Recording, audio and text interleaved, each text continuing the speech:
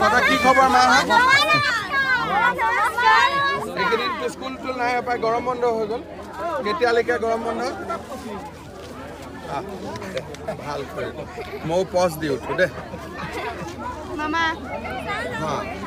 school এতিয়া গৰম বন্ধ নেকি গৰম বন্ধৰ সময়ত কি কৰিবি মা